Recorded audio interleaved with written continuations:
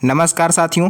अगर आप एक सीनियर सिटीजन हो या फिर आपके आस पड़ोस कोई ऐसा व्यक्ति है जो 60 साल की एज को क्रॉस कर चुका है, आपके आस पड़ोस में, आपकी रिश्तेदारी में या फिर आपकी दोस्ती में कोई ऐसा व्यक्ति जो 60 साल की एज को क्रॉस कर चुका है, सीनियर सिटीजन की कैटेगरी में आ गया है, तो उसके साथ इस वीडियो को शेयर जरूर कर दीजिएगा, क्योंकि इसके अंतर्गत आज हम आपको कुछ ऐसी चीज़ें बताने वाले हैं जो सभी सीनियर सिटीजन्स को नहीं पता होती हैं, उनको जानना बेहद ज़रूरी होता है। तो वीडियो को पूरा एंड तक देखिएगा। आज इस वीडियो में आपको काफ़ी ज़्यादा इन्फॉर्मेटिव जानकारी मिलने वाली है। तो चलिए सबसे पहले अपनी वीडियो को स्टार्ट करते हैं।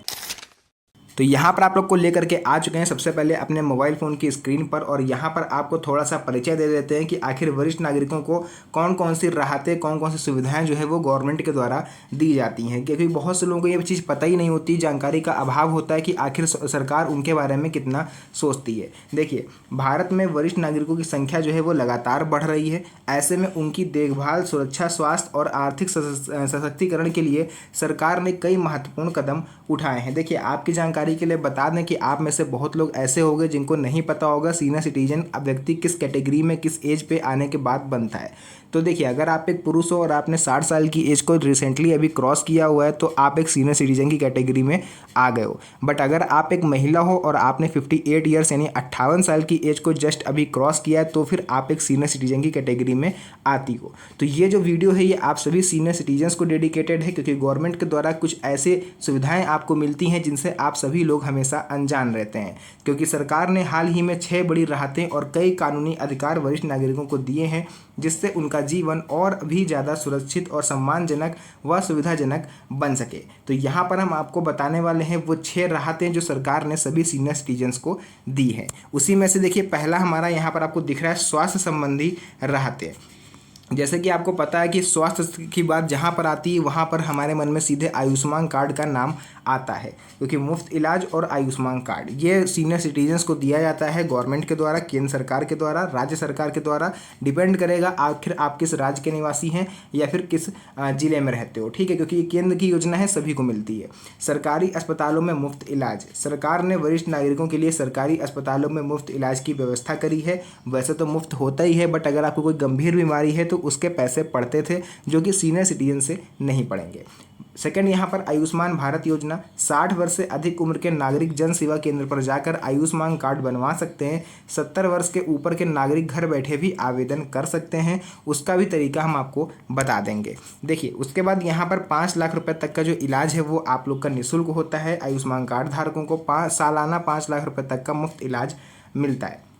अब आप में से बहुत लोग सोच रहे होंगे कि सरकारी अस्पताल में जिसको मामूली बीमारी है तो वो तो वैसे भी फ्री होता है, इसमें कौन सा तीर मार दिया सरकार ने। तो देखिए, बात ये है कि यहाँ पर सरकारी अस्पताल में तो मिलेगा ही मिलेगा, बट अगर आपके साथ आयुष्मान कार्ड के साथ साथ अगर आपका गोल्डन कार्ड भी बना हुआ है तो आप किसी भी प्राइवेट अस्पताल में भी अपना जो भी इलाज है वो फ्री ऑफ कॉस्ट करवा सकते हो। गवर्नमेंट के द्वारा ये छूट आपको दी जाती है। उसके बाद हम लोग यहाँ पर पढ़ेंगे सभी वरिष्ठ नागरिक इसके लिए पात्र होते हैं। यह सुविधा केवल गरीबों तक सीमित नहीं है, बल्कि हर वरिष्ठ नागरिक इसके लिए पात्र है। अभी तक लोगों की धारणा यह है केवल गरीबों का बनता है, तो जी नहीं, आप सीनियर सिटीजन हो तो आप इसको बनवा सकते हो और आपको इसका दुगना बेनिफिट मिलता है, क्योंकि 5 साल का आपको जो आपका 5 लाख रुपए होते हैं उसका आपको स्वास्थ्य बीमा कवर भी मिलता है। सेकंड, हम आपको बताएंगे कि आखिर आप घर बैठे इसका जो है वो कैसे आवेदन कर सकते हो। तो अगर आपकी एज 70 वर्ष या उससे अधिक आयु की है, आपको चलने फिरने में प्रॉब्लम है या फिर आपका कोई काम करवाने वाला नहीं है, तो ऐसे नागरिक घर बैठे ऑनलाइन आवेदन भी कर सकते हैं।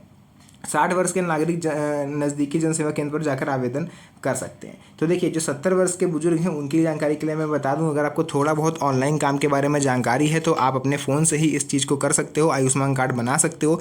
बट अगर आपको बिल्कुल भी इन्फॉर्मेशन नहीं है इन सब के बारे में कैसे काम होता है, तो फिर आपको CSC सेंटर जाना पड़ सकता है। 40 से 50 रुपये देना पड़ेगा आपको, अपने नज़दीकी जनसेवा केंद्र पर जाके ये काम करवा सकते हो।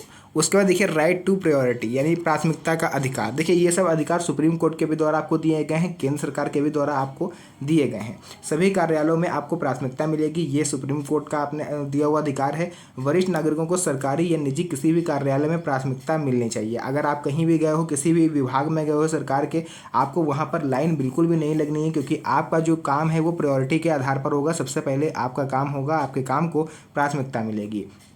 लंबी कतारों में खड़े होने की आवश्यकता नहीं है, आपका कार्य सबसे पहले किया जाएगा। ये गाइडलाइंस हैं सुप्रीम कोर्ट की।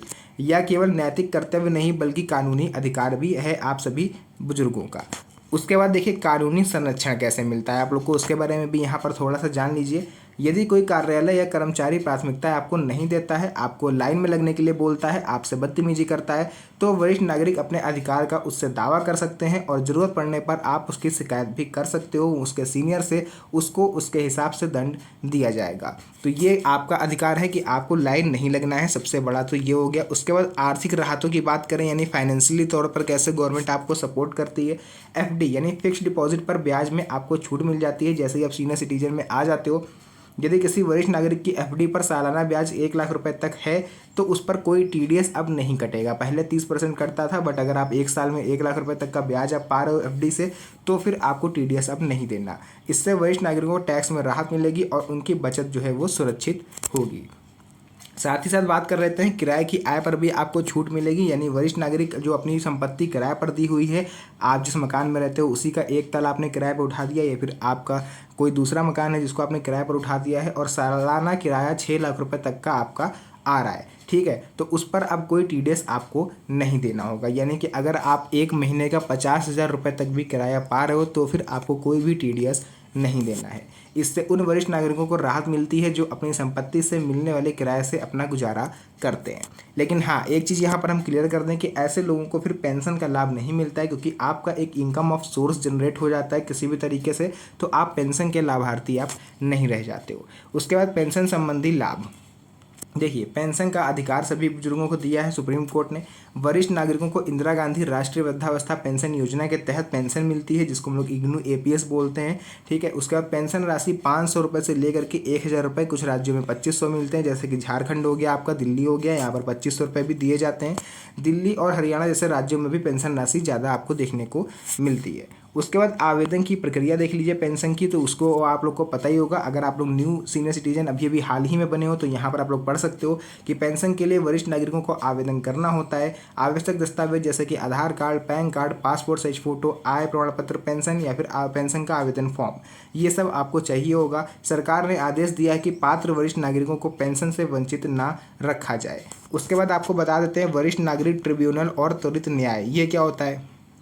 तो देखिए सीनियर सिटीजन ट्रिब्यूनल, वरिष्ठ नागरिकों की समस्याओं के समाधान के लिए सीनियर सिटीजन ट्रिब्यूनल की स्थापना की गई है। यदि घर में या बाहर कोई समस्या है तो वरिष्ठ नागरिक सीधे ट्रिब्यूनल में जाके शिकायत कर सकते हैं। अब आप में से बहुत से लोग सोच रहे हो कि ये ट्रिब्यूनल ये कौन सा वर्ड है। तो देखिए ट्रिब्यूनल एक ऐसी संस्था को, एक ऐसे ग्रुप को बोलते हैं जो स्पेशली किसी काम को करने के लिए बनाया जाता है गवर्नमेंट की तरफ से। तो ट्रिब्यूनल एक ऐसी ही संस्था है जो आपको, जो भी इनको जिम्मेदारी दी गई है कि कोई भी वरिष्ठ नागरिक अगर आके आपसे शिकायत करता है किसी भी संबंध में, अपनी संपत्ति के संबंध में या फिर उसके साथ कोई बदतमीजी कर रहा है उसके संबंध में, तो आपको एक्शन लेना होगा।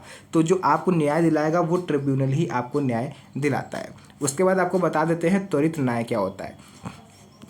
देखिए ट्रिब्यूनल को 90 दिनों के भीतर फैसला सुनाना अनिवार्य है। ट्रिब्यूनल क्या होता है, ये आपको नज़दीकी आपका जो थाना होगा वहाँ पर भी आपको देखने को मिल जाएगा या फिर जिला कलेक्ट्रेट में भी जाके आप इसमें शिकायत कर सकते हो। उसके बाद हम लोग यहाँ पर बात करेंगे वरिष्ठ नागरिकों को वकील की आवश्यकता नहीं है, वे स्वयं प्रार्थना पत्र दे सकते हैं। यदि सही तरीके से शिकायत की गई है तो वरिष्ठ नागरिकों को के पक्ष में जल्दी फैसला हो जाता है, वरना थोड़ा सा टाइम आपको लग सकता है।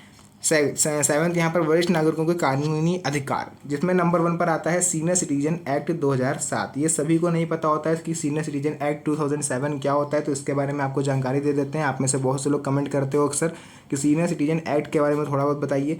देखिए वरिष्ठ नागरिक कल्याण अधिनियम 2007 के तहत वरिष्ठ नागरिकों और उनके माता पिता की देखभाल, आर्थिक सुरक्षा और संपत्ति की रक्षा की जाती है।